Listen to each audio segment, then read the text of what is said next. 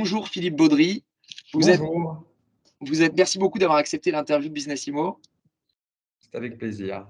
Vous êtes président directeur général du groupe Artea et architecte de formation. Je crois que c'est important de le rappeler. Les activités d'Artea se partagent entre le secteur de l'énergie renouvelable pour une part et surtout le secteur de l'immobilier. En 2021, le groupe réalise un chiffre d'affaires de 106 millions d'euros, plus de 115% en un an, si je ne m'abuse. Dans le détail, vos revenus afférents à la promotion immobilière ont été multipliés par 4,7. Comment, Philippe Baudry, expliquez-vous d'aussi bons résultats? Alors, en fait, ces résultats, c'est un peu le fruit de l'histoire de l'entreprise qui s'est construit, je le rappelle, à partir de rien, puisque je démarre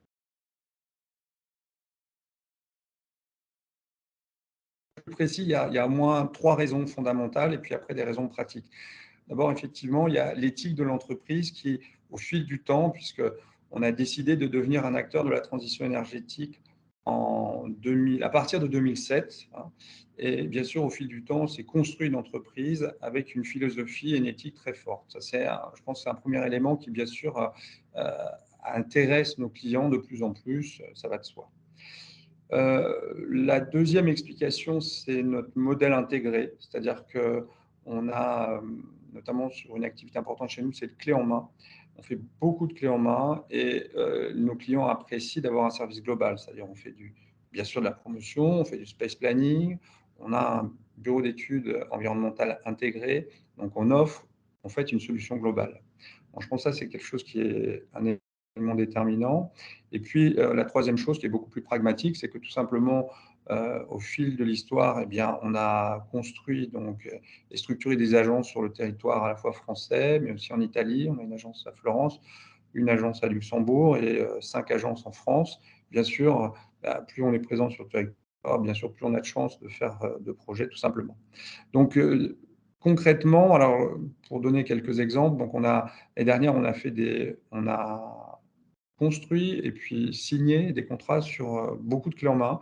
Donc, je vais en prendre un exemple, Software. C'est un bâtiment qu'on vient de livrer, qui fait 6 000 m² à Aix-en-Provence, enfin dans la périphérie d'Aix-en-Provence.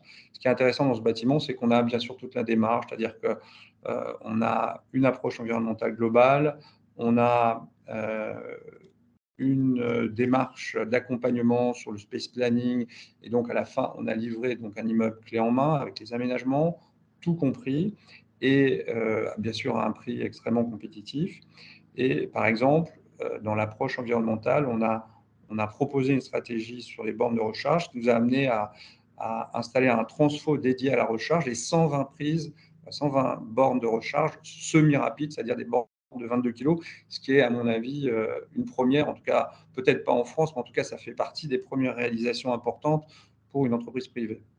Oui, c'est l'avantage, j'imagine, Bah, d'allier le métier ouais, d'énergie renouvelable exactement, et métier immobilier. exactement, exactement. De la même façon, je ne veux pas citer tous les clés en main qu'on a signés. L'année dernière, alors ça n'a pas eu de conséquences sur le chiffre d'affaires, mais enfin, c'est la même approche, puisque l'année d'avant, c'était aussi très bien passé. L'année dernière, on a signé presque 50 contrats, un petit peu moins, je crois 47, c'est-à-dire des baux, des CPI et des VFA. Ce qui est pour nous, effectivement, bien sûr, une accélération donc, de l'activité et qui laisse espérer que 2022-2023 sera sur le même trend, même si, bien sûr, la guerre en Ukraine, les problèmes d'approvisionnement de matériaux risquent de changer les choses. Donc, c'est vraiment ces trois piliers du savoir-faire d'entreprise qui expliquent cette croissance et cette maturité aussi, bien sûr, qui est la nôtre aujourd'hui. D'accord, je le disais en introduction, vous avez une formation d'architecte et d'urbaniste. Oui. Vous êtes très attentif au renouvellement des usages.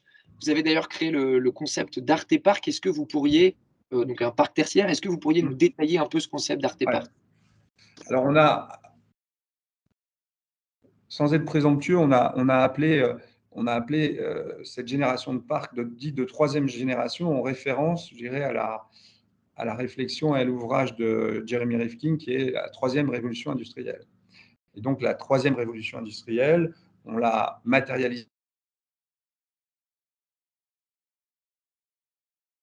puisque beaucoup de gens le font, mais je dirais que comme on a commencé un peu avant tout le monde, aujourd'hui, on a été, je pense, plus loin, puisque nos dernières générations d'immeubles et de parcs produisent de l'immeuble produisent de l'énergie, stockent cette énergie et l'échangent entre bâtiments. Donc, c'est ce qu'on appelle de l'autoconsommation collective ou des smart grids, ce qui était, en tout cas selon Enedis, avec qui on a signé un protocole sur ce sujet, une des premières en France. Ça veut dire quoi? Ça veut dire que plusieurs choses. Ça veut dire que d'abord, l'autoconsommation, vous savez qu'il y a toujours une dichotomie entre la production d'énergie d'un côté et la consommation de l'autre. Eh bien, en gérant l'intelligence, en échangeant l'énergie, en la stockant, on passe d'un niveau d'autoconsommation moyen constaté sur des dizaines de réalisations que nous avons en France, qui est de l'ordre de 35%, à une autoconsommation qui, avec l'amélioration de nos algorithmes, dépasse les 50, voire 60%. Donc, quand vous approchez les 60%, vous êtes vraiment sur un ensemble immobilier qui a un niveau d'autonomie qui est incroyablement successful. Donc ça, c'est la partie environnementale. L'autre partie, c'est la partie service, puisque au fur et à mesure de l'évolution, d'abord nos parcs qui sont en perpétuelle évolution, grâce à une particularité, c'est que nous restons actionnaires, propriétaires par l'intermédiaire de notre associé, la Caisse des dépôts, majoritaires de nos parcs sur la durée. Pourquoi? Parce que nous souhaitons accompagner la vie de nos immeubles.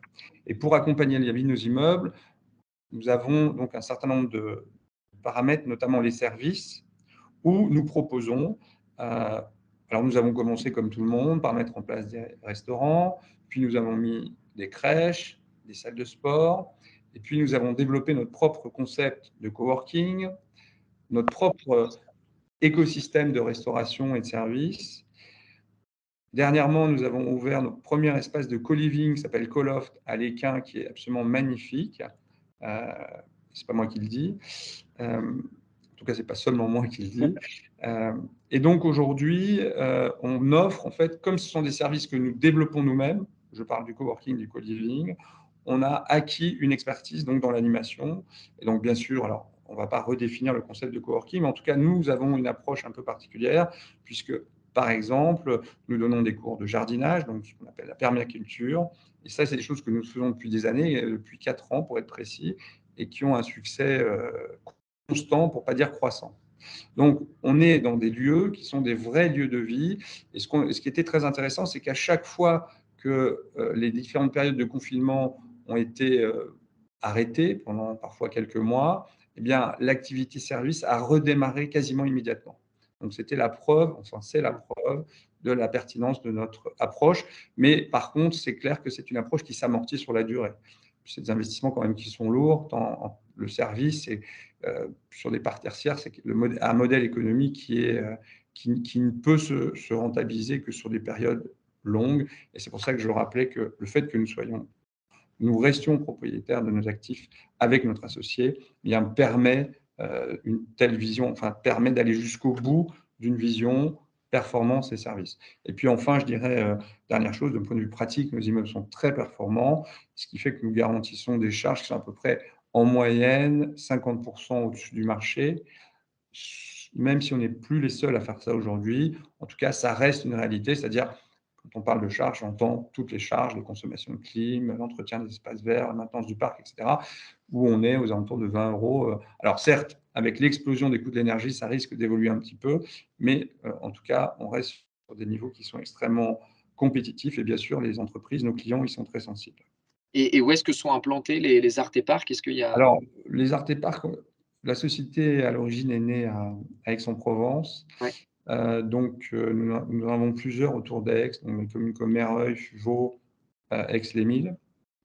Nous avons ensuite une très belle opération qui est en cours d'achèvement sur Mélan, donc dans la métropole de Grenoble. Nous avons un nouveau parc qui démarre à Lyon, à Sophia Antipolis aussi, à Lille, où nous avons notre plus grosse réalisation. Et puis, bien sûr, nous avons d'autres projets en cours de développement dans d'autres métropoles. D'accord. Bon, après, l'immobilier tertiaire dont on vient de longuement parler, les énergies renouvelables aussi, vous vous diversifiez désormais dans l'hospitality, avec un Ouais. projet remarquable à Florence, en Italie. Mm. Pourquoi miser avec Artea sur l'hôtellerie et surtout avec quelles ambitions? Alors, effectivement, c'est finalement l'hôtellerie, pour nous, c'est un process itératif qui est le fruit de notre expérience cumulée, en particulier dans les services. Et on peut dire que La question qui s'est posée est très simple. On a eu un succès en termes d'animation, en termes de création de pôles de vie sur des parcs tertiaires qui sont par définition des parcs périphériques. On s'est dit tout simplement pourquoi on ne pourrait pas faire la même chose en centre-ville. Donc c'est comme ça qu'on a commencé par gagner un premier projet qui s'appelait donc l'usine Évatoire, qui est c'est un bâtiment monument historique au centre de Lille, enfin, à l'intérieur de la ville de Lille. Donc c'est un chantier assez long et compliqué puisqu'il y a les monuments historiques qui interviennent, etc., etc. Mais on va retrouver en fait l'équivalent d'un pôle service avec une partie hôtelière un peu plus importante et bien sûr des services plus ouverts sur la ville, c'est-à-dire que l'espace de coworking est à la fois un espace de coworking et un lieu d'événement. Et donc ce concept qui a beaucoup plu à la ville de Lille, on l'a proposé, on l'a bien sûr fait évoluer, hein, et puis on l'a proposé à la ville de Luxembourg pour la Poste du Luxembourg, qui est l'équivalent un peu pour la France de la Poste du Louvre. Et donc par rapport à d'autres chaînes hôtelières qui avaient une approche plus classique, eh bien, la ville et la Poste de Luxembourg ont préféré notre concept. Et c'est comme ça qu'on s'est engagé sur ces démarches. À partir de là, eh bien, je dirais que on a saisi des opportunités, on en a fait de la stratégie, si j'ose dire, mais bien sûr qu'il y avait une volonté de fond, puisqu'on a créé une marque qui s'appelle Storia. Storia avec une volonté forte qui est bien sûr de retrouver l'essence des lieux. Et donc Storia ne s'intéresse qu'à des projets avec des bâtiments qui ont une histoire, en tout cas qui sont des bâtiments peut-être pas historiques, mais en tout cas qui ont une histoire et qui sont inscrits dans le territoire, en tout cas qui sont inscrits au cœur des villes. Hein, parce qu'il faut savoir ce qui est intéressant, que ce soit à Venise, à Florence ou à Sienne, puisqu'on a 3 opérations aujourd'hui qui sont bouclées en Italie. Nous sommes à chaque fois au cœur des villes et non pas en périphérie des villes. Et c'est bien tout l'intérêt de cette démarche, puisque grâce à cette approche un peu nouvelle, si j'ose dire, en tout cas pour les villes que j'ai citées, c'était quelque chose de nouveau pour eux, eh bien, on a eu accès à des actifs qui sont excessivement euh, exceptionnels et iconiques, en tout cas pour les villes concernées. Alors parfois, il nous arrive de perdre, on vient de perdre la consultation sur le couvent des prêcheurs au centre d'Aix-en-Provence, mais par contre, il y a d'autres sites en France, je ne peux pas les citer malheureusement parce que aujourd'hui, on est en phase de négociation, mais on peut dire, pour vous donner un chiffre, qu'on pense que d'ici 2 ans à peu près, on aura une quinzaine d'ensembles hôteliers. Aujourd'hui, pour l'instant, on finance ces opérations seuls, donc sur la base de notre capacité d'autofinancement. Il n'est pas improbable que demain, on ouvre le capital comme nous l'avons fait avec les Arts des Parcs et la Caisse des dépôts. D'accord, eh ben, merci beaucoup Philippe Baudry, on suivra ça avec beaucoup d'attention chez Businessimo. Merci C'est moi d'avoir qui vous remercie en tout cas. répondu à nos questions et merci à tous de nous avoir suivis. À très bientôt sur Businessimo.